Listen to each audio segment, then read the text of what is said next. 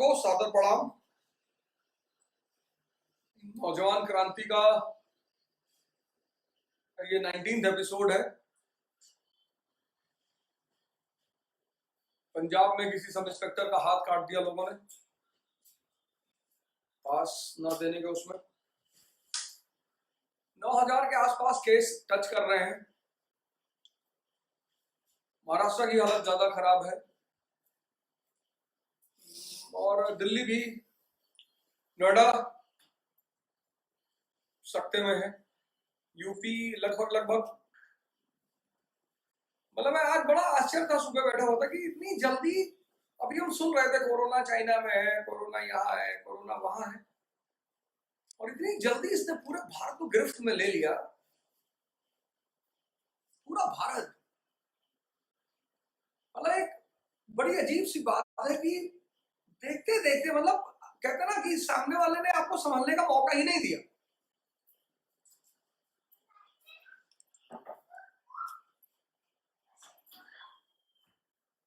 सामने वाले ने आपको संभलने का मौका ही नहीं दिया। होली के बाद मैं क्लास ले रहा था वज्राम में, तो हम कोरोना पे ऐसे ही डिस्कस कर रहे थे। फिर मैं एक दिन के लिए पुणे भी गया, कुछ नॉर्मल सा लग रहा था, थोड़ा सा न्यूज आ रही थी कि हाँ कोरोना इन्फेक्शन हो सकता है, ये हो सकता है, वो हो सकता है, लेकिन इतनी बुरी तरह से पूरे देश में फैल जाना, ये मतलब बड़ा अजीब सा लगता है कभी कभी कि यार इतना जो है टीवी के सामने बैठने में डर लग रहा है। डर लग रहा है कि केसेस कितने ज्यादा बढ़ रहे हैं, मतलब कैसे कैसे लोग जो हैं। लेकिन खुशी इस बात की है कि लगभग पूरे भारत में हर तरफ लोग सक्रिय हैं, हर तरफ, हर जगह लोग काम कर रहे हैं। गोरखपुर का मैं देख रहा था, कोई गैलेंट वाले लोग हैं, उन्होंने बड़ा 1 करोड़ रुपए का काम किया, दान दिया है, चीजें बंटवाई हैं, खाना खिला रहे हैं। तेंदुलकर साहब, सचिन तेंदुलकर साहब बाहर निकल कर आए हैं, 5,000 लोगों को डेली खाना खिला रहे हैं मुंबई में। और ऐसे कम से कम लगभग, मतलब ये चीज बड़ी खुशी दे रही है कि देश में चारों तरफ जागरूकता है।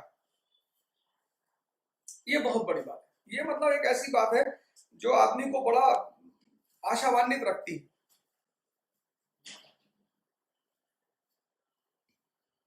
और कहते हैं कि अगर देश अगर जाग जाए तो किसी भी संकट से निपटना उसके लिए मुश्किल नहीं होता। मैं अपने सभी भाइयों को, बहनों को थैंक यू बोलना चाहता हूं जो अपनी अपनी जगह डटे हुए हैं, अपने अपने कार्यों का निर्वाह कर रहे हैं, चीजें आगे बढ़ा रहे हैं। संकट गहराए उससे पहले हमें चीजों को हैंडल करना है, क्योंकि 8,000 अगर 80,000 में बदला तब फिर हम बहुत खतरे में आ जाएंगे। फिर तो मतलब आप अंदाजा नहीं लगा सकते हैं कि क्या हो सकता है। आज कश्मीर के एक यूनानी डॉक्टर है, मैं उनको सुन रहा था, बड़ी अच्छी बातें कर रहे थे, मैंने उसे फेसबुक पे शेयर भी किया, आप उनको सुनिएगा जरूर। यूनानी डॉक्टर है वो, और बड़ी अच्छी अच्छी बातें उन्होंने, मतलब वायरस को एक्सप्लेन किया है कि क्या है वायरस और कैसे एक्टिवेट होता है और क्या वगैरह वगैरह, और उसको प्रिकॉशनरी तौर पे कैसे कंट्रोल किया सकता है। वैसे प्रिकॉशन इसका यही है कि आप भस्त्रिका, अनुलोम विलोम, ये 2 जरूर करें।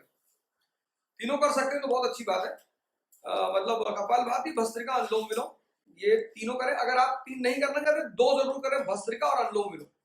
यूट्यूब पे डालें, लेकर सामने बैठे और इस ट्रैकिया को खाली करें पूरा। भस्त्रिका और अनुलोम विलोम जो है ना, वो आपका ट्रैकिया खाली कर देगा, वो पूरा कफ बाहर निकाल देगा। और 1 घंटा जब आप आधे घंटे ध्यान का मतलब योगा कर रहे हैं तो खूब गर्म पानी, हॉट वाटर रखें और उसे धीरे धीरे सिप करते रहें। तो सुबह शाम ये 2 काम करें, एक बार सुबह क्लीनिंग कर ले, एक बार शाम को क्लीनिंग कर ले। इससे आप प्रिकॉशनरी तौर पे हमेशा बचे रहेंगे।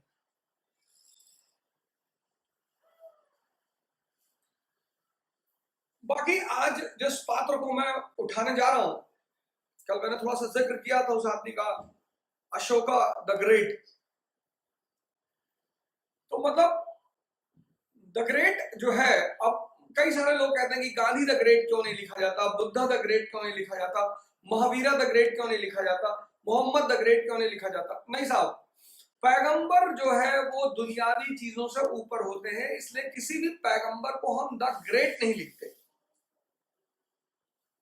संत इससे बाहर है, कबीर द ग्रेट। फिर अगर आपने उन्हें कबीर द ग्रेट कहा तो आप उन्हें इंसानों में ही लेकर आ रहे हैं। इंसान है लेकिन थोड़ा सा उच्च स्तर के इंसान है, इसलिए हम पैगंबरों को, संतों को, सूफियों को कभी द ग्रेट के दायरे में नहीं लाते। वो द ग्रेट से भी हजारों गुना ज्यादा, लाखों गुना, अरबों गुना ज्यादा ऊपर है। मतलब वो भगवान के सीधे रिप्रेजेंटेटिव है। गांधी चूंकि महात्मा में आते हैं, कभी कोई राजनीतिक पद नहीं लिया उन्होंने, एक बार लिया 1924 में कांग्रेस के प्रेसिडेंट बने वो, लेकिन वो उनका एक कदम था एक बड़े संकट को टालने। उसके बाद उन्होंने कभी कोई पद नहीं लिया। पद की जरूरत उसी आदमी को पड़ती है जो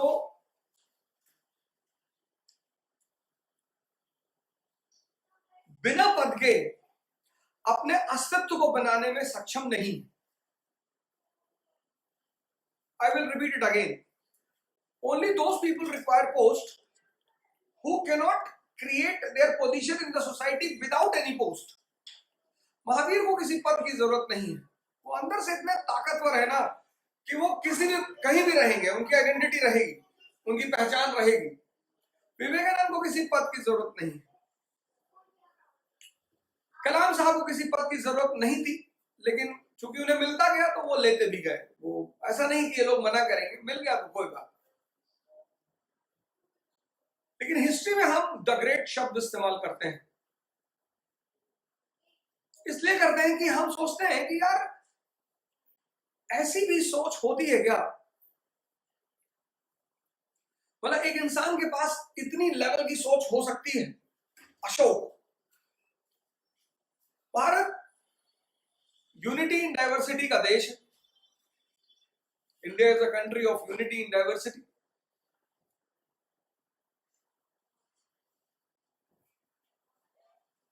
काबुल, गजनी, कंधार, हेरात से हिंद महासागर, इंडियन ओशन, और रन ऑफ कच्छ से गारो खासी जयंतिया। ये एक ज्योग्राफिकल यूनिट है हिंदुस्तान। और डाइवर्सिटी की जो मेन वजह है हिंदुस्तान की, वो है ज्योग्राफी, मेन वजह। और भी बहुत सारी वजह है, लेकिन कल्चर डिपेंड्स अपॉन ज्योग्राफी। तो गुजरात का हिंदू और बंगाल का हिंदू में डिफरेंस होगा कल्चरल। कश्मीर के मुसलमान में और तमिलनाडु के मुसलमान में फर्क होगा cultural. Culture depends upon geography, इसलिए इस कंट्री में डाइवर्सिटी। कहीं पहाड़ है, पर्वत है, कहीं रेगिस्तान है, कहीं फर्टाइल प्लेन है। तो मेन वजह जो इस कंट्री की डाइवर्सिटी की है वो है ज्योग्राफी। फिर यूनिटी क्यों है? Economic interdependence.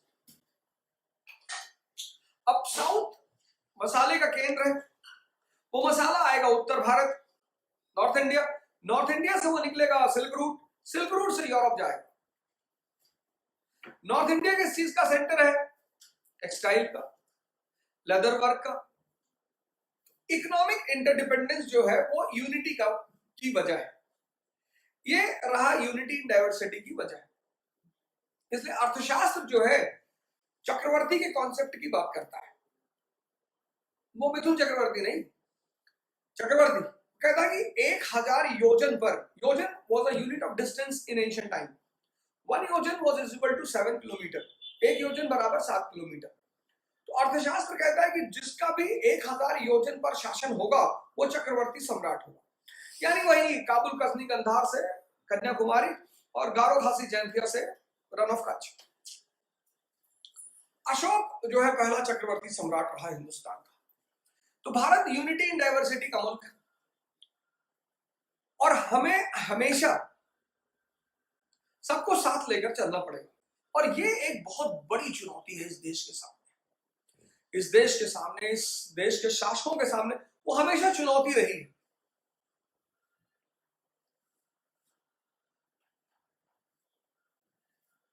आज हिंदू, मुसलमान, क्रिश्चियन के बीच टेंशन है, तो अशोक के टाइम में बौद्ध, जैन, ब्राह्मण, इनके बीच टेंशन थी। और टेंशन चाहे व्यक्तिगत जीवन में हो या समाज में हो,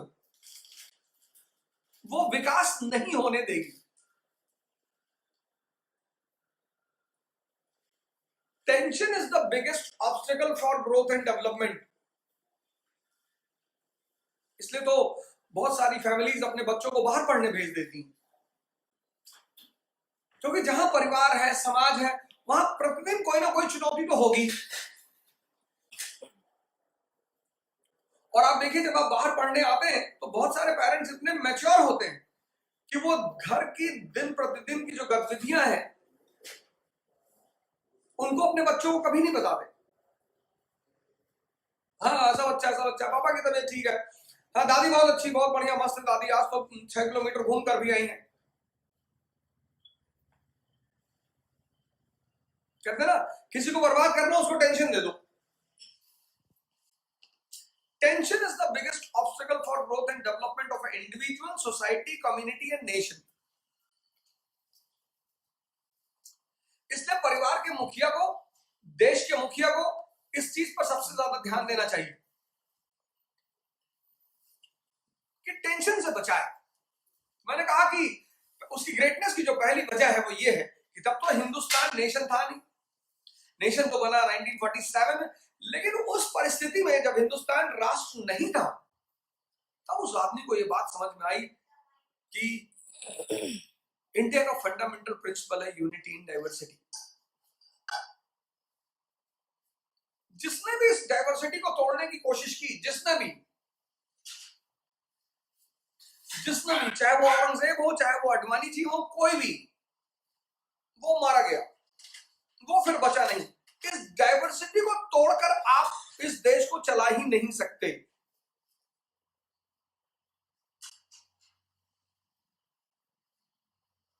चला ही नहीं सकते, वो पॉसिबिलिटी ही नहीं।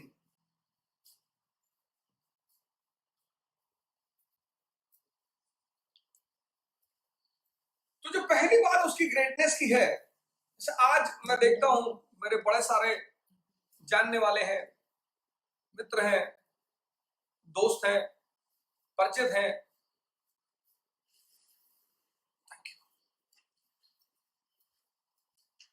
यार वो बीच में हल्का हल्का चाय पीना पड़ता, कहता ना वो गला सूखना नहीं चाहिए, कुछ लिक्विड लेते रहा करिए। तो जब मैं उन्हें देखता हूं कि धर्म को लेकर बात करते हुए, तो मुझे भी बड़ा अजीब सा लगता है, और मैं भगवान को बहुत शुक्रिया कहता हूं इस बात पर। मैं इस बात को रिपीट कर चुका हूं कि कुछ चीजें हैं दुनिया में जो ईश्वर की मोनोपोली, जैसे आपकी ये सांस चल रही है ना, ईश्वर की मोनोपोली, आपके हाथ में नहीं। आप स्कूल में जाते हैं पढ़ने के लिए, लेकिन समझदार बनेंगे नहीं, ये ईश्वर की मोनोपोली है। अगर ये ईश्वर की मोनोपोली नहीं होती, अमीर हमेशा अमीर रहते, राजा हमेशा राजा रहते, फिर अंबेडकर जैसा आदमी कोई उस बैकग्राउंड से निकलकर बाहर नहीं आ पाता, फिर कोई लाल बहादुर शास्त्री नहीं होता, फिर कोई नरेंद्र मोदी नहीं होता।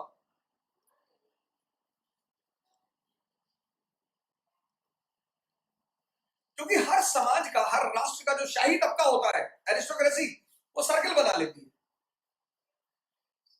उसकी खेलने की जगह अलग होगी, उसकी खाना खाने की जगह अलग होगी, उसके रहने की जगह अलग होगी। आप दिल्ली में रहेंगे तो गोल्फ क्लब है, आप नहीं जा सकते, आम आदमी नहीं जा सकता।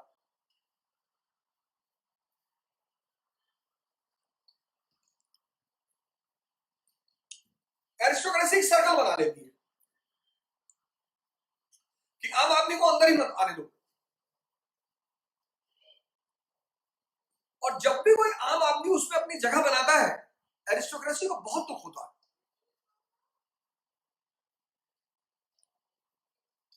इसलिए राजनीतिक रूप से लालू जी, मुलायम सिंह यादव जी, मायावती जी, ये चाहे जैसे रहे हो, लेकिन मेरे मन में इन लोगों के लिए सम्मान बहुत है, क्योंकि एक सामान्य परिवारों से उठकर इन लोगों ने इतनी बड़ी जगह बनाई, उपलब्धि है। सामान्य, अति सामान्य परिवारों से उठकर इन लोगों ने इतनी बड़ी बड़ी जगह देश में बनाई कि एक जमाना था जब सरकारें, केंद्र सरकारें इनके इशारों पे चलती थी। वो भी आपके सामने जब राजघराने बैठे हो, सिंधिया फैमिली बैठी हो, गायकवाड़ फैमिली बैठी हो, गांधी फैमिली बैठी हो, तब आप अपनी जगह बना रहे हैं। समझदारी। जैसे आज लॉकडाउन चल रहा है, इतनी सारी खबरें आ रही हैं कि लोग डिप्रेशन में जा रहे हैं, घर डोमेस्टिक वायलेंस बढ़ रहा है, बच्चे मार खा रहे हैं। उसकी वजह सिर्फ इतना है कि जब आप अकेले हो गए हैं, आप कमाना चाहते हैं ना, आप बाहर कमाते हैं धन और अंदर कमाते हैं धन्यता। आप कमरों में बंद हैं, आप मेरी एक राय मानिए और 5 दिन बाद मुझे मैसेज करिएगा। आप प्राणायाम शुरू कर दीजिए, सुबह दोपहर शाम 1 घंटे बस। और शुरू करने से के लिए मोटिवेशन चाहिए तो आप बाबा का वीडियो निकालिए, बाबा रामदेव का, सामने रखिए, मोबाइल आपके पास है, सुनिए उन्हें, तो कुछ तो कमाई होगी।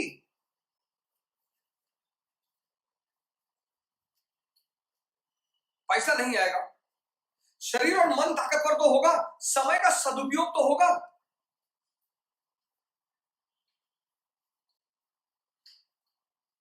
आप 1 हफ्ते करके देखिए, 1 हफ्ते, फिर मजा देखिए उसके बाद। लेकिन जिन लोगों ने, अब चूंकि हमारी संस्कृति के ये हिस्से थे, मैं बड़ा भाग्यशाली रहा कि मुझे ऐसे लोग मिले, मैं इलाहाबाद यूनिवर्सिटी में पढ़ा, जिन्होंने मुझे ये सब चीजों के बारे में बताया, और इन्हीं चीजों ने मेरी जिंदगी बदली।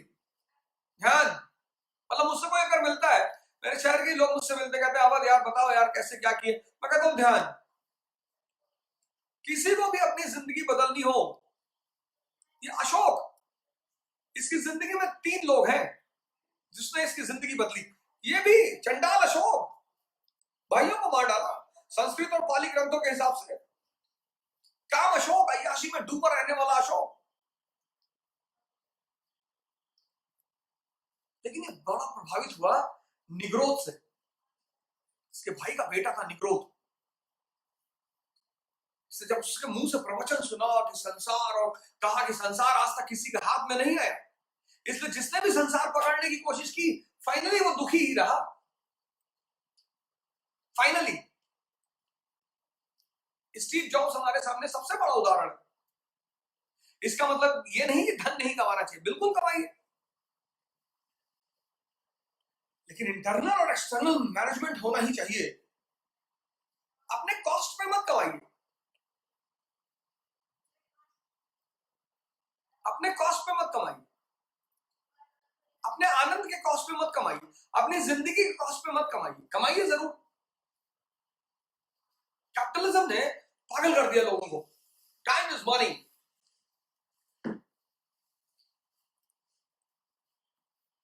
टाइम इज गॉड,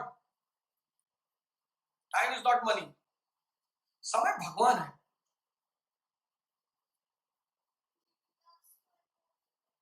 तो महाभारत सीरियल आता है ना, मैं काल हूं, और समय के सामने भगवान को भी झुकना पड़ता है। समय मिला है, आप में से बड़े लोगों की इच्छा रहेगी कि कभी फुर्सत रहेगी तो हिमालय जाएंगे, ध्यान करेंगे, प्राणायाम करेंगे, शरीर और मन को ताकतवर बनाएंगे। मिल गया। घर में एक हिमालय की पेंटिंग बना लीजिए, दीवार पे एक पेंट ले लीजिए, सब बना लीजिए, माउंटेन बना लीजिए, उसी सामने बैठा करके लिख दीजिए कंचनजंगा और माउंट केटू और एवरेस्ट, और बैठिए। निग्रोध। फिर इसकी मुलाकात हुई मुगालिपुत्तिस से, और उससे प्रभावित रहा बुद्धिस्ट, वो भी था मुगालिपुत्तिस।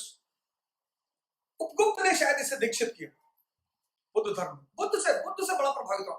हर इंटेलेक्चुअल आदमी जिसका भी दिमाग जिंदा है, वो बुद्ध से प्रभावित होगा।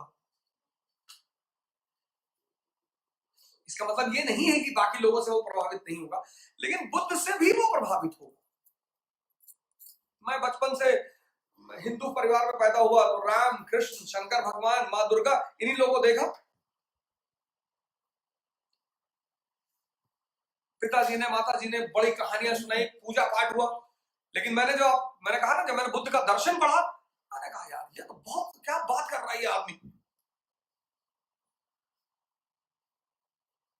आप जैन हैं और आप महावीर से प्रभावित रहे, मैं शंकर जी से बहुत प्रभावित हूं, लेकिन अगर आप बुद्ध को पढ़ेंगे तो आप बिना प्रभावित रह ही नहीं सकते।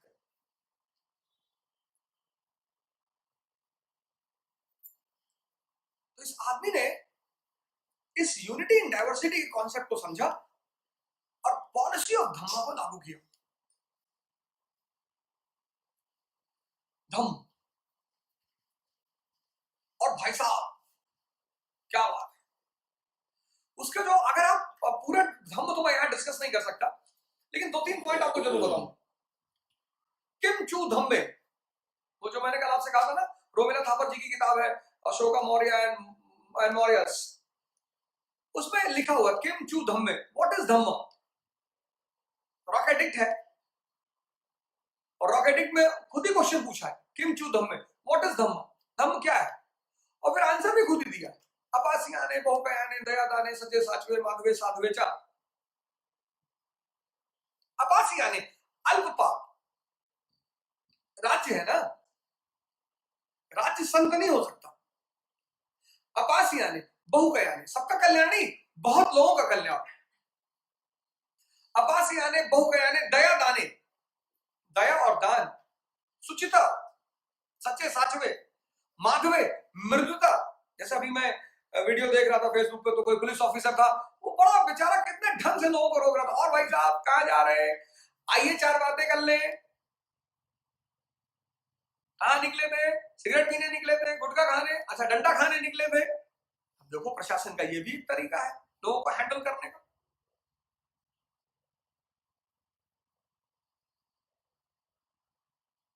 ये तो एडिक्ट की डेफिनेशन, एडिक्ट की बड़ा चर्चा हुआ उस पर कि आखिर धम्म क्या है। तो धम्म का पहला चीज तो ये कि उसकी एक एडिक्ट की डेफिनेशन तो खुद एडिक्ट में ही मेंशन है। दूसरी बात जो सबसे बड़ी चीज है, अशोक धम्म के अंतर्गत क्या करता है, पुण्य लक्षणों को बताता है। करुणा पुण्य का लक्षण है, मृदुता पुण्य का लक्षण है, पाप लक्षणों को भी बताता है। क्रोध, अहंकार, वही मैं आपसे कहता हूं इंसान 2 लेवल पे जीता है, सेंसेस के लेवल पे और कॉन्शियस के लेवल। जो भी कॉन्शियस के लेवल पहुंच गया वो तो महान हो गया, लेकिन उसे उसके लिए सबसे पहले ये जानना जरूरी है कि वो कॉन्शियस के लेवल पे जी रहा है।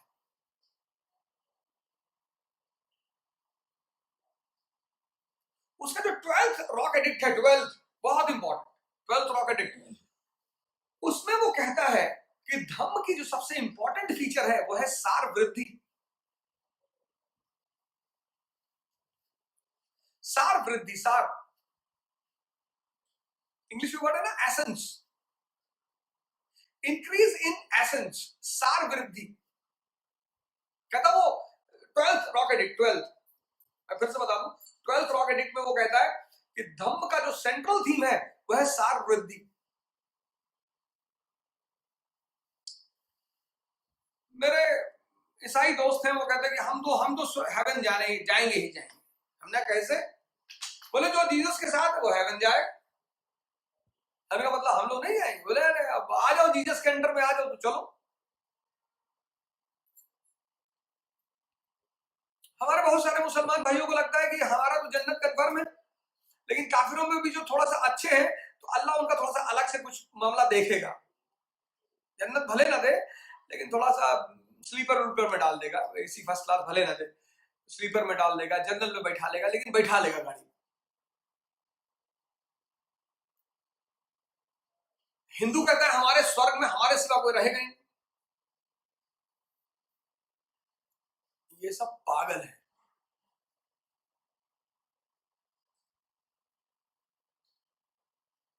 फिर से रिपीट कर रहा हूं, ये सब पागल है। जिसको भी धर्म समझ में आएगा, गुरु नानक मक्का गए, जहां भी अल्लाह के सेंटर है सब जाएंगे लोग।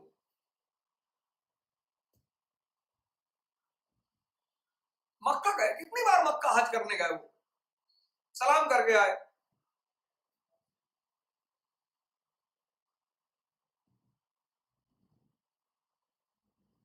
धर्म में दो बातें मैं बता चुका हूं, एक जीवनचर्या, एक मेटाफिजिक्स। जो मेटाफिजिक्स का पार्ट है सारे धर्मों का वो एक है। एक बंदा मुझे लाकर दिखा दो जो कह दे मेटाफिजिक्स का पार्ट भी अलग है, मैं पढ़ाना ही छोड़ दूं। एक, इसीलिए मैं पुरोहितों पर बड़ा क्रोधित रहता हूं, क्योंकि इनको मेटाफिजिक्स ही नहीं पता, इसीलिए सारा बवाल होता है ना। क्योंकि मेटाफिजिक्स जो है तत्व ज्ञान, उसके लिए साधना करनी पड़ती, ध्यान करना पड़ता, उस साधना में उतरना पड़ता है, वो तुम पढ़ा नहीं सकते। आज तक कोई पढ़ा ही नहीं पाया। नहीं, बुद्ध अपने बेटे को एनलाइटन कर देते, अपने फादर को कर देते। हमें जब भी कोई अच्छी चीज मिलती है हम पहले अपनों को देना चाहते हैं। अगर एक एनलाइटेंड आदमी किसी को एनलाइटेंड कर सकता था तो बुद्ध पहले अपने बेटे को कर देते, बीवी को कर देते, बाप को कर देते। ये सबसे बड़ी दिक्कत है तत्व ज्ञान। इसलिए कहा जाता ना, बिना मरे आप स्वर्ग नहीं देखेंगे। आपके पापा एनलाइटेंड हो गए, कोई बात नहीं, आपको भी उतना ही श्रम करना पड़ेगा उसी रास्ते से। वो इशारा कर सकते हैं। संतों की सबसे बड़ी दिक्कत क्या है? पुरोहित और संत में फर्क क्या है? पुरोहित जो है ना आपको सपने देता है किसी भी धर्म का, इसीलिए तो पुरोहित ज्यादा सक्सेसफुल है। हिंदू पुरोहित, मुस्लिम पुरोहित, क्रिश्चियन पुरोहित, सपना है, सपने बेचता है, सपने। मंदिर आता है तो आईएएस बनोगा और जो है हनुमान जी का व्रत रख लो 51, और हनुमान चालीसा बहुत बड़ी चीज है।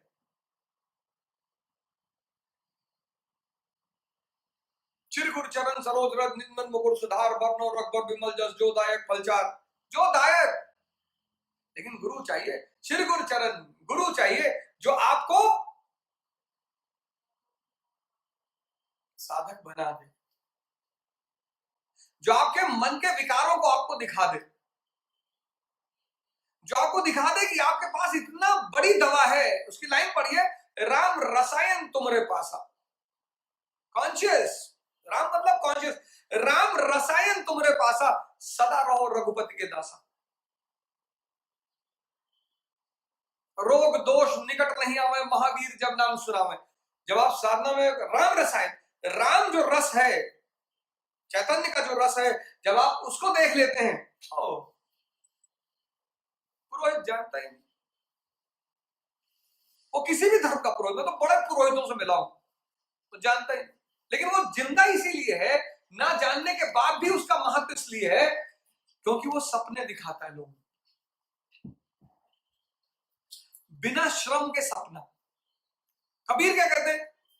अब कबीर के पास कौन जाए? कबीर कहते हैं, कबीरा खड़ा बाजार में लिए लुगाठी हाथ, और जो घर जा रहे अपना सो चले हमारे साथ।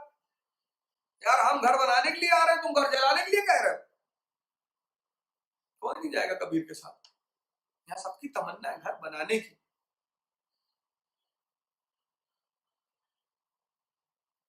तो धर्म की दो बातें हैं, एक जीवनचर्या जो हर धर्म की अलग होगी, इस्लाम की अलग होगी, क्योंकि इस्लाम पैदा हुआ सऊदी अरेबिया में। ब्राह्मणिज्म की अलग होगी, दिनचर्या अलग होगी।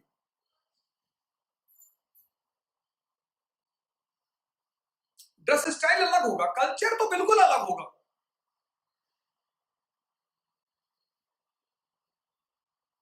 इसलिए जो अरबी मुस्लिम ऑर्गेनाइजेशंस हैं, ये हिंदुस्तान के कल्चर का ही तो विरोध करते हैं। निजामुद्दीन औलिया मत जाओ, क्यों? अब निजामुद्दीन औलिया प्राणायाम करते थे, उनकी सिद्ध की उपाधि थी। प्राणायाम इंडियन कल्चर है।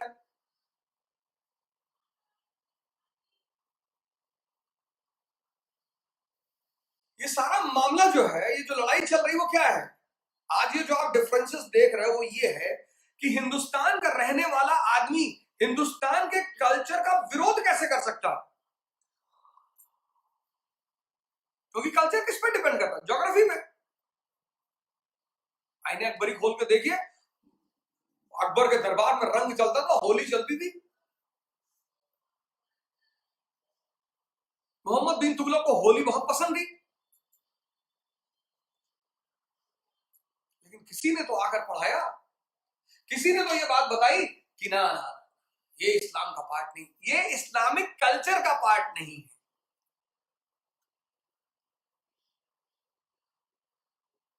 हमारे क्लास में बहुत सारे लोग, लड़कियां थी, मुस्लिम लड़कियां थी, कभी निकाब पहन के नहीं है, यूनिवर्सिटी में कभी नहीं है।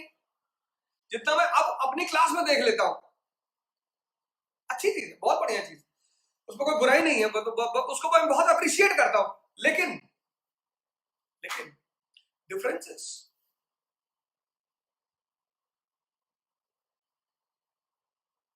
जीवनचर्याएं अलग होंगी। मेटाफिजिक्स सबका है, सारे धर्म एक ही बात करते हैं मेटाफिजिक्स में कि तुम सेंसस के लेवल पे जीते हो, तुमको हम असीम सुख देंगे, असीम। मैं तारिक जमील साहब को सुन रहा था, उनको मैं सुनता रहता हूँ, बहुत अच्छा बोलते हैं। एक तो मुझे वो अच्छे लगते हैं तारिक जमील साहब, और दूसरी बात यह है कि उनकी बोली मुझे बहुत अच्छी लगती है, इतने प्यार से, इतने मतलब वाकई में लगता है कि मोहब्बत से बोल रहे हैं, जहन से बोल रहे हैं। तो किसी तकरीर में बता रहे थे कि जन्नत में जो है शराब की नदियां बहती हैं, बड़ा जबरदस्त समझाया उन्होंने। शराब की नदियां बहती हैं और जो मिडिल क्लास के लोग हैं उनको हूरें पिलाएंगी, जो अपर क्लास के लोग हैं उनको और ज्यादा हूरें पिलाएंगी। लेकिन जो अल्लाह वाले लोग हैं, अल्लाह वाले मतलब जो ईमान वाले लोग हैं, जिन्होंने अपने अंदर के राम को देख लिया, तारिक जमील साहब ने कहा कि उनको अल्लाह खुद पिलाएगा। शराब वराब वहां कुछ नहीं बहती, लेकिन जब आप ध्यान की चरम अवस्था में पहुंच जाएंगे ना, उतना ही नशा होगा। नशा सूफियों ने इसीलिए तो शराब को इतना महत्व दिया, उन्हें ध्यान का नशा समझाना था। कोई महंगी बड़ी ही शराब ही थोड़ी थोड़ी पिया करो, तो लोगों ने कहा यार शराब ही पी लो, अगर इसमें भी ध्यान ही है तो। तत्व क्या? ईसाइयत, क्रिश्चियनिटी, इस्लाम, बुद्धिज्म, जितने भी धर्म दुनिया में है, जितने भी, सब में एक चीज कॉमन है, मेटाफिजिक्स, तत्व ज्ञान। सब यही कहते हैं कि इंद्रियों से कहां तक जाना है? कॉन्शियस तक। इसलिए इस्लाम काफिर की बात करता है। काफिर, हर आदमी काफिर पैदा होता है, हर मुसलमान, हर व्यक्ति इस दुनिया में काफिर पैदा होता है। जो भी अपने सेंसेस में जी रहा है वो काफिर है। फिर उसे साधना करनी पड़ेगी, जैसे मोहम्मद ने की, ऐसे उसको भी साधना करनी पड़ेगी।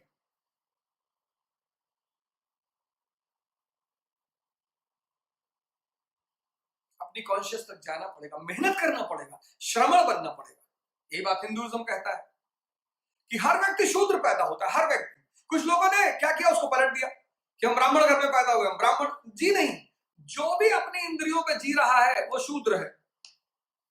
साधना करनी पड़ेगी, बुद्ध की तरह, महावीर की तरह। साधना इतना आसान है, ईश्वर को पा लेना।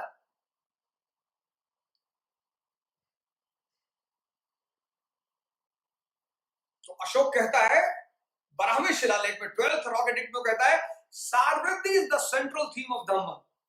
Every individual should know about the basic principles of all the religion. हर व्यक्ति को प्रत्येक धर्म का जो केंद्रीय तत्व है उसे समझना चाहिए। और जब आप ये समझ जाएंगे कि इस्लाम भी वही बात कर रहा है, सेंसस से कॉन्शियस, जिहाद, लड़ाई चलेगी ना। 20 साल आप जिन सेंसस के साथ रहे हैं, जब उन्हें छोड़ने लगेंगे तो लड़ाई चलेगी। ये सुबह 4 बजे उठने में लड़ाई चलती है। चिकन अगर आप खाते हैं और छोड़ना चाहते हैं, लड़ाई चलती है। सिगरेट पीते हैं, छोड़ना चाहते हैं, लड़ाई चलती है। यही तो लड़ाई है। शराब पीते हैं, छोड़ना चाहते हैं, लड़ाई चलती है।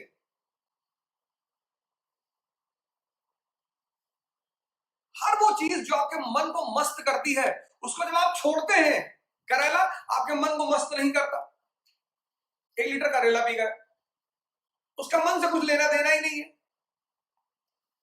लेकिन 1 लीटर शराब पी गए, मन शांत हो गया, मजा आ गया। अब जब उस मजे को आप छोड़ना चाहेंगे, लड़ाई होगी।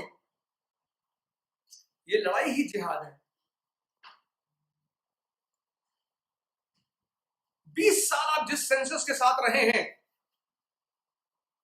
चिकन, मटन, बिरयानी, शामी कबाब, नहारी और न जाने क्या क्या, कलेजी। तो जब पालक पहले दिन आएगी ना, पालक और रोटी, तो 20 साल की जो जमवाड़ा है वो बगावत कर देगा, पालक खाएंगे, चलो एक दिन किसी तरह खा भी लिए, फिर दूसरे दिन, तीसरे दिन, चौथे दिन, पांचवें दिन ये जिहाद है, ये धर्म युद्ध है, ये होली वॉर है।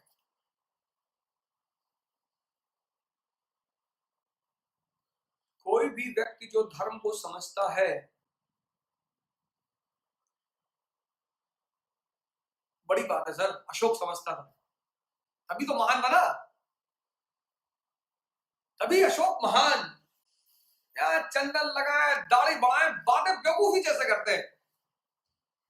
मुझे नाराजगी तो नहीं होती, दुख बहुत होता है, समझ नहीं पाए तुम कुछ।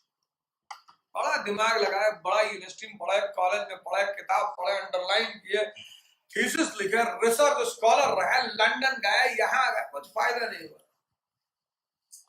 सही कहते हैं कबीर, पोथी पढ़ पढ़ जग मुआ, पंडित भयानक हो। इसलिए पढ़े लिखे लोगों को कभी कभी बड़ी दिक्कत होती है जब सामान्य आदमी बड़ी ऊंचाई में पहुंच जाता है। अशोक के साथ जो लोग थे उनको बड़ा आश्चर्य हुआ कि ये अशोक, ये चंडाल, ये उसके धर्म की सबसे खास बात है, सार वृद्धि। ये याद रखने वाली बात है, सार वृद्धि।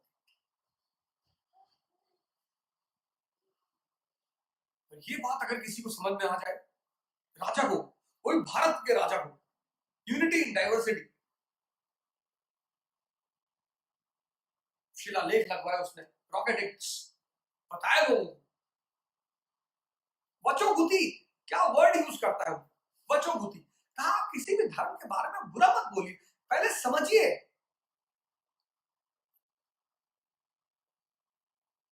आज फेसबुक पर सबसे बड़ी टेंशन क्या चल रही है?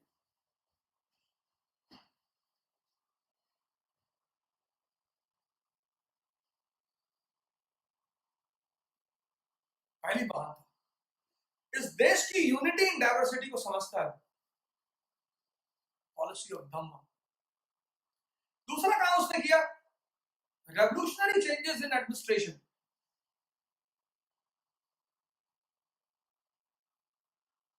अब चाणक्य कहता है, अर्थशास्त्र कहता है, एब्सोल्यूट डेस्पोटिज्म, राजा को निरंकुश होना चाहिए। उसने कहा बिल्कुल निरंकुश होना चाहिए, लेकिन उसने एब्सोल्यूट की जगह नया वर्ड लगा दिया, पैटर्नल डेस्पोटिज्म। राजा को पिता की तरह निरंकुश होना चाहिए। क्या बात, डेस्पोटिज्म कोर थीम है ना।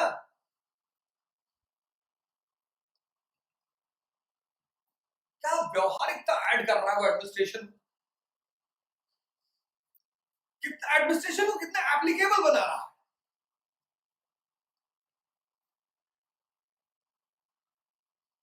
अर्थशास्त्र, चाणक्य महान नहीं लिखा गया, चाणक्य द ग्रेट कहीं नहीं लिखा गया, बड़े पढ़े लिखे आलिम आदमी है, नॉलेजेबल है, सब कुछ है, लेकिन आप कहीं नहीं पाएंगे Chanakya the great, Ashok the great. Absolute despotism कहता ठीक है, बिल्कुल मानता हूं डेस्पोटिज्म, एब्सोल्यूट है, पैटर्नल डेस्पोटिज्म कि मैं अपने जनता की, इस लोग की भलाई तो चाहता ही हूं, उस लोग की भी चाहता हूं। तभी तो उसने धम्म का प्रतिपादन किया कि एक राजा के नाते इस दुनिया में तुम अच्छे से रहो, ये मेरी जिम्मेदारी है, लेकिन पिता रूपी राजा के रूप में मेरी जिम्मेदारी ये भी है कि तुम्हारा अगला लोग भी अच्छा हो, स्वर्ग मिले तुम्हें। क्या बात है।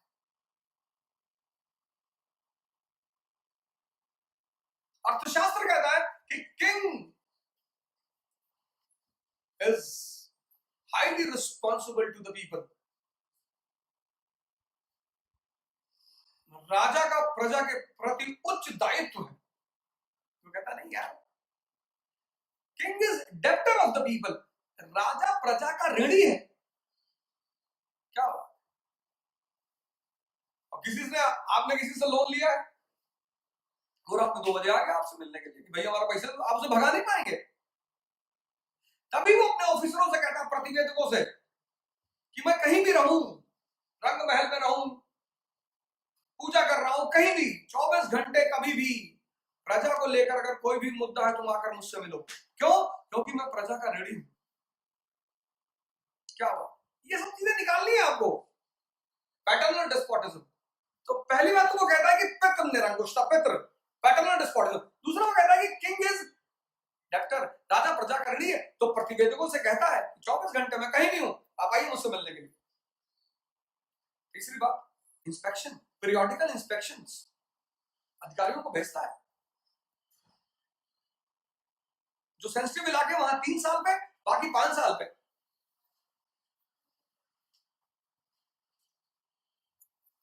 धम्म महामात्राओं नामक नए अधिकारियों की नियुक्ति करता है। वो घूमते हैं चारों तरफ, लोगों को धर्म के बारे में बताते हैं, बुद्ध धर्म के बारे में नहीं, धर्म के बारे में।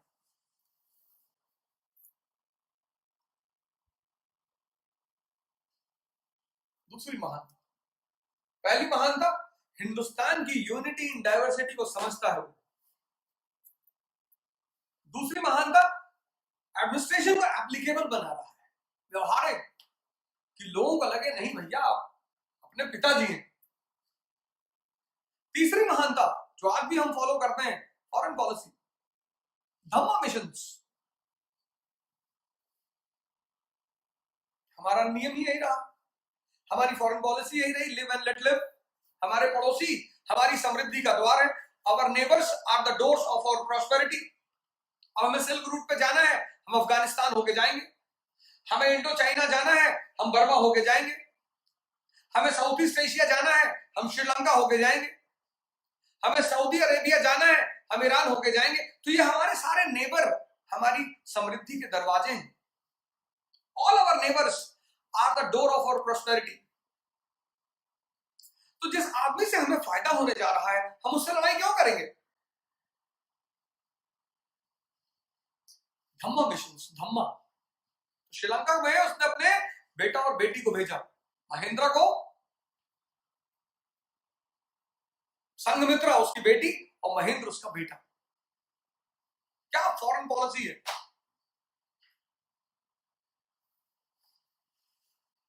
धम्मा मिशंस। यूएसएसआर से हमारी दोस्ती थी तो हम ऐसा करते थे, वहां हमारी मूवियां चलती थी, हमारे सर्कस एम्बिशंस, हमारे एग्जीबिशंस लगते थे वहां पे, वो हमारे यहां आते थे।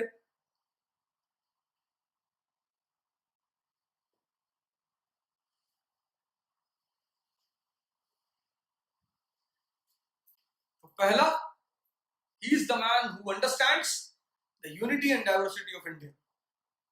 He is the man who makes administration applicable. He is the man who is having a practical foreign policy. इतना जिसको समझ में आता, इतना। आज हमारे राजनेता बेचारे, कुछ तो बेचारे पढ़े लिखे ही नहीं है, और कुछ जो पढ़े हैं वो शायद ऐसे ही पढ़े होंगे। 545 में से 50 अच्छे होंगे, बहुत समझदार टाइप के। अगर इसी 545 में से 480 हमने समझदार अगर भेज दिए, फिर तो इस देश को महान होने में कोई रोक नहीं सकता। इस देश को महान होने में, महान है ये देश। हिंदुस्तान जैसा कोई देश ही नहीं दुनिया में, कोई है ही नहीं।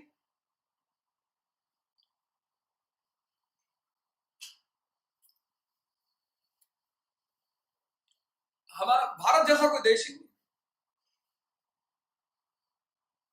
बस भारत की जनता जो है इनोसेंट बहुत ज्यादा है।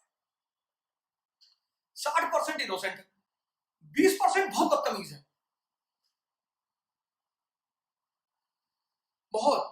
वो तो बिना मार खाए मानती ही नहीं। अब 20% बदतमीज और 40% इनोसेंट, 60। ये इनोसेंट वाले बदतमीजों को फॉलो करते हैं कि बड़ा भैया दीवार पे थूके थे तो हम भी थूकेंगे।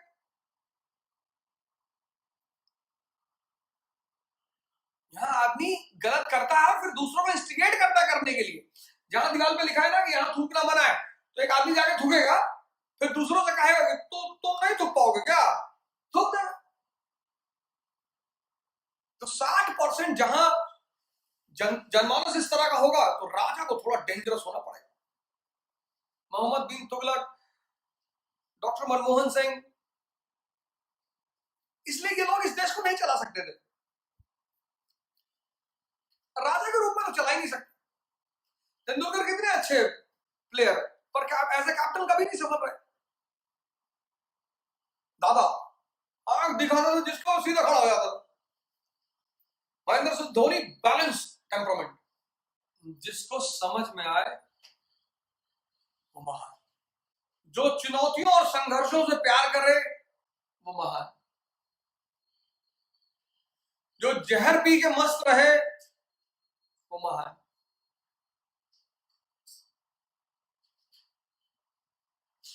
जिसको ऑड सिचुएशन में खेलना अच्छा लगता हो वो महान, जिसको किसी भी तरह से डिस्ट्रैक्ट ना किया जा सके वो महान। ये पूरा समाज ये किस फिराक में, आपको डिस्ट्रैक्ट करने की फिराक में, आपका घर, आपका पड़ोसी, आपका परिवार, 98% लोग आपको डिस्ट्रैक्ट करना चाहते हैं, और अगर आप उनके झांसे में आ गए तो आप गए। 98% लोग, 90,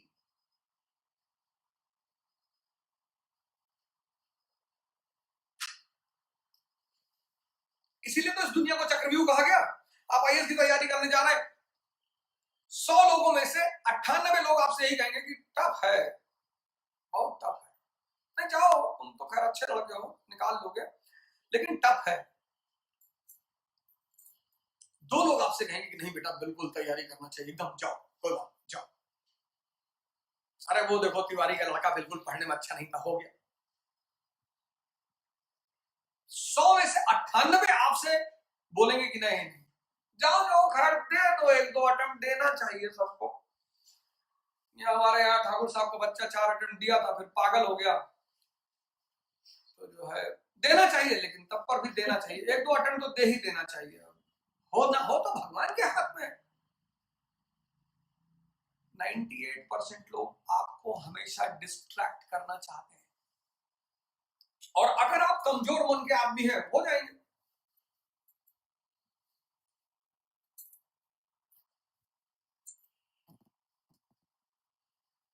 अगर आप कमजोर मन के हो जाएंगे। मैंने कहा ना सुबह शाम 2 काम करिए, एक तो काढ़ा पीजिए, खूब गर्म पानी पीजिए, और ये ट्राकिया को क्लियर करिए, इसको क्लियर करिए, भस्त्रिका और अनुलोम विलोम, कपालभाति कर ले तो बहुत अच्छा। 1 घंटा का शेड्यूल बनाइए, शुरुआत आधे घंटे से करिए, अनुलोम विलोम करिए 15 मिनट, देखकर ये पूरा ट्राकिया आपका साफ हो जाएगा। गर्म पानी पीते रहिए हर 10 मिनट के बाद, सुबह शाम 2 टाइम ये काम करिए, 2 टाइम इसको क्लियर करिए, खत्म।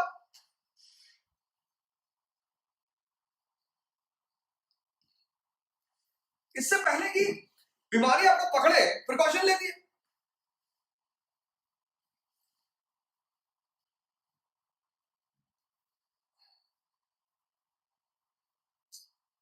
प्रिकॉशन लीजिए, प्रिकॉशन से बड़ी कोई चीज ही नहीं दुनिया में, प्रिकॉशन लीजिए। भाई बचपन में हम लोग खूब खाते थे, खूब खेलते भी थे। मई जून की दोपहर में एकदम काले होकर घर वापस आते थे, क्रिकेट खेलते थे, और फिर मार भी खाते थे। तो कितना भी खाते थे खाना हजम हो जाता था। अब क्या वो बड़े हो गए, खाना वैसे ही मिल रहा है भगवान के आशीर्वाद से, खेल हट गया, शुगर हो गई। तो शुगर बीमारी नहीं है, it's a life style disease. कैसे भी आपको उतनी ही मेहनत करनी है कि खाना हजम हो, टेंशन लेने की जरूरत नहीं है, परेशान होने की जरूरत नहीं है। लोग कहते हैं भैया जब मरक है तब मर जावे, तो जहर पी लो। आनंद जो दुनिया का है वो कौन लेगा, ये शरीर ही तो तुम्हारा लेगा, और यही अगर अस्वस्थ है, यही कमजोर है, यही खराब है, तो 1000 करोड़ रुपया रखे हो किस काम का। इसलिए मैं इस देश के युवाओं से, भगवान ने, अब मुझे कभी कभी समझ में आता है कि यार मेरे जैसे आदमी को इस लाइन में क्यों भेज दिया। मुझे रास्ता दिखाया और फिर मुझे आदेश दिया कि जाओ बाकी लोगों को भी दिखाओ।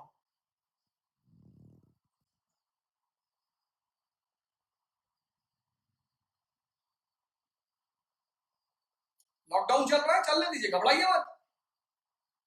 आप तो वैसे भी योद्धा है, राजा है।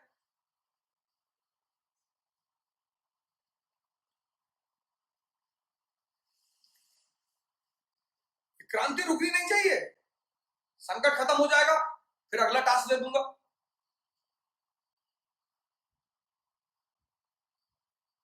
एनसीईआरटी मैंने आपसे कहा करा दूंगा पूरा। और आईएएस बनने के लिए दो ही चीज जरूरी है, एक हिंदू न्यूज़पेपर, एक एनसीईआरटी।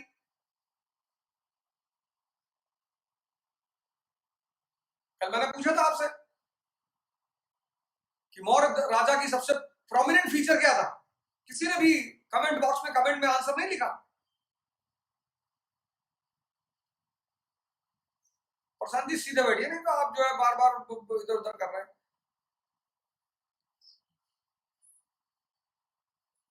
और हमारे टेक्नीशियन है बेचारे, इधर उधर 1 घंटा उनके लिए भी टॉर्चर रहता बैठना कि कहां बैठे कहां बैठे। अशोक महान है क्योंकि अशोक समझता है इस देश की यूनिटी इन डाइवर्सिटी को। अशोक समझता है इस देश की जनमानस की आवश्यकता को। अशोक समझता है विदेश नीति को, समझता है।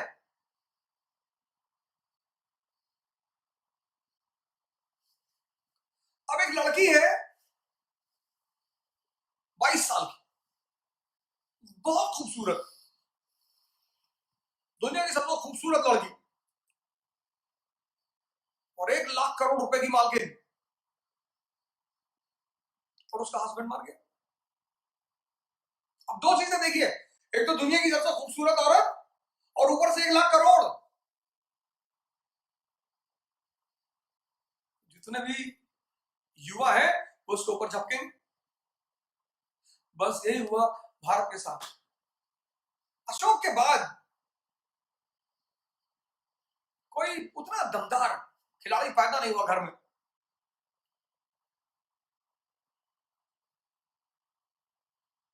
और फिर अंतिम मौर्य राजा बृहद्रथ को उसके कमांडर ने हत्या कर दी, पुष्यमित्र शुंग ने, और मौर्य साम्राज्य का पतन हो गया। अब E is equal to E, economy is equal to empire. अब इकोनॉमी तो बढ़ती जा रही है, एम्पायर खत्म हो गया। इकोनॉमी तो बढ़ती जा रही है, अर्थव्यवस्था तो बढ़ती जा रही है, साम्राज्य खत्म हो गया। और यहीं से शुरू होगा पोस्ट मौर्य, क्योंकि इस खूबसूरत और धनवान लड़की के ऊपर युवाओं ने हमला शुरू कर दिया। और पोस्ट मौर्य का जो सबसे इंपॉर्टेंट फीचर है वह है फॉरेन इन्वेजन।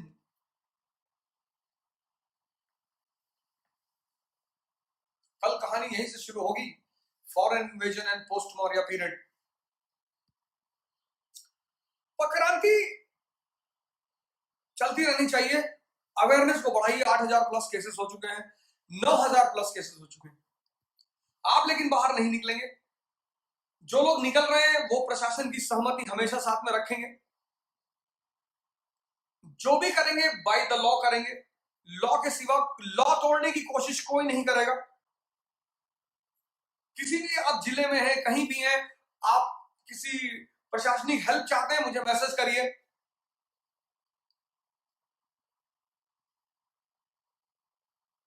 सब कुछ संविधान के दायरे में,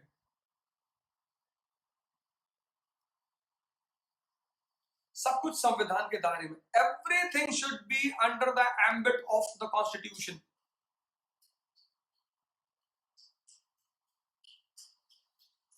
एम्बिट, दायरा। डॉक्टर शिशिर गुप्ता आज लाइन पर थे, बड़ी अच्छी अच्छी जानकारियां उन्होंने दी, सुबह लाइव थे वो फेसबुक पे। और डॉक्टर साहब मैं प्रणाम करता हूं आपको, आप अपनी जिंदगी को दांव पर लगाकर इतनी सेवा कर रहे हैं, बहुत बड़ी बात, बहुत बड़ी। हमारे लायक कोई भी बात हो तुरंत हमको बोलिए, सुबह दोपहर शाम 24/7। मेरा फोन तो अब हमेशा ऑन रहता है, हालांकि बहुत लोगों को, लेकिन आप मिलाइएगा मत।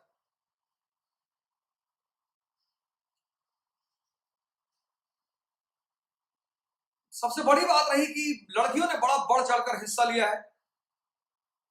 तेलंगाना में मैं देख रहा हूं इतनी सारी लड़कियां एक्टिव हो गई हैं, कर्नाटका में, तेलंगाना में, बहुत बड़ी बात। बहुत बड़ी बात। अब जब युवा इस देश का खड़ा हो जाएगा तो कितना बड़ा भी संकट हो, कुछ नहीं करना सर, ट्रकियों को साफ रखिए और गर्म पानी पीजिए।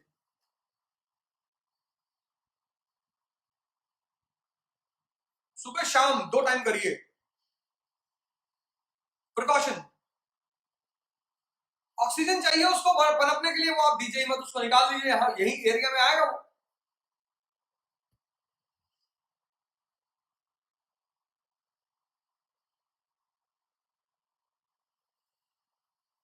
खेल चलता रहेगा। भगवान कृष्ण, भगवान राम। अब बताइए भगवान होने के बाद किसकी जीवन शांति में, किसका किसका जीवन शांति में रहा? कोई नहीं। मेरे ख्याल से जो राम के गेट कीपर थे वो ज्यादा शांति में थे। पैदा हुए, जंगल चले गए, गुरुदेव के लिए राक्षसों से लड़ते रहे, फिर बड़े हुए तो पिताजी ने भेज दिया कि जाओ अब आईएएस बनकर ही आना। तैयारी कर रहे थे, वो बीवी को उठा ले गया रावण, उससे लड़े, फिर आए।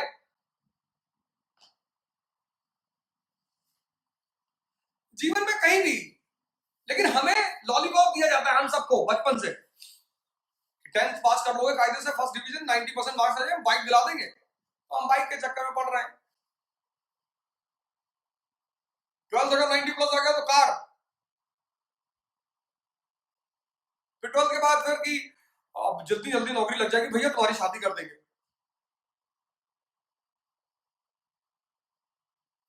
और वो आदमी उस खुशी के तलाश में, कहीं तो मिलेगी, किसी स्टेज पे तो मिलेगी। बाइक में नहीं मिली, कार में नहीं मिली, शादी में नहीं मिली, क्योंकि खुशी है संघर्ष में। खुशी कहीं है थोड़ी। तो तुम अपने जीवन को ही खुशी बना लो, संघर्ष को ही खुशी बना लो कि मजा बहुत आ रहा है। लक्ष्मीकांत तुम पढ़ रहे हो, नहीं समझ में आ रहे, उठ के नाचने लगो। नाच रहे, रूम पार्टनर ने पूछा क्या हो, अरे बोले यार 3 दिन से एक पेज पढ़ रहे, समझ में ही नहीं आ रहा। तुम्हें नहीं समझ में आता, तुम दुखी हो जाते हो। और फिर लक्ष्मीकांत को एक रस्सी ले आओ बड़ी सी 10-12 मीटर, और इसे लपेट के लक्ष्मीकांत में, और हैंड टिल्ट है, पनिशमेंट दे दो और आग लगा दो। तो बाकी जितनी किताबें वहां रखी होंगी वो सब देखेंगी। तो किसी भी किताब को खोलोगे तुरंत समझ में आएगी, बिना पढ़ते हुए समझ में आएगी। अरे भैया तो बहुत खतरनाक आदमी है। तुम दुखी होते हो, किताबें और डराती हैं तुमको कि लक्ष्मीकांत नहीं समझ में आएगी। दत्ता सुंदरम को लगता है कि मैं ही को समझ में आऊं, मैं कोई काम हूं। फिर विपिन चंद्र को लगता है कि मैंने कम खाना खाया है। एक को पनिश करोगे, बाकी किताबें सीधे करके भैया हाँ हमें पढ़ लो भैया, हम समझ में आएंगे।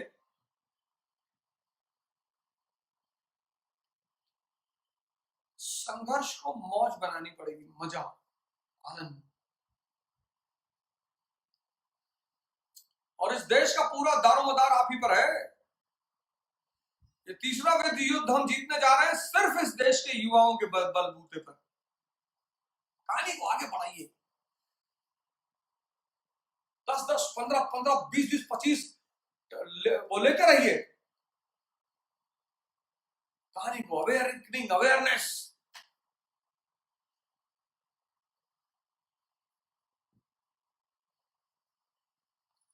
बाकी कल मैं आपको सुनाऊंगा विदेशी आक्रमण की कहानी।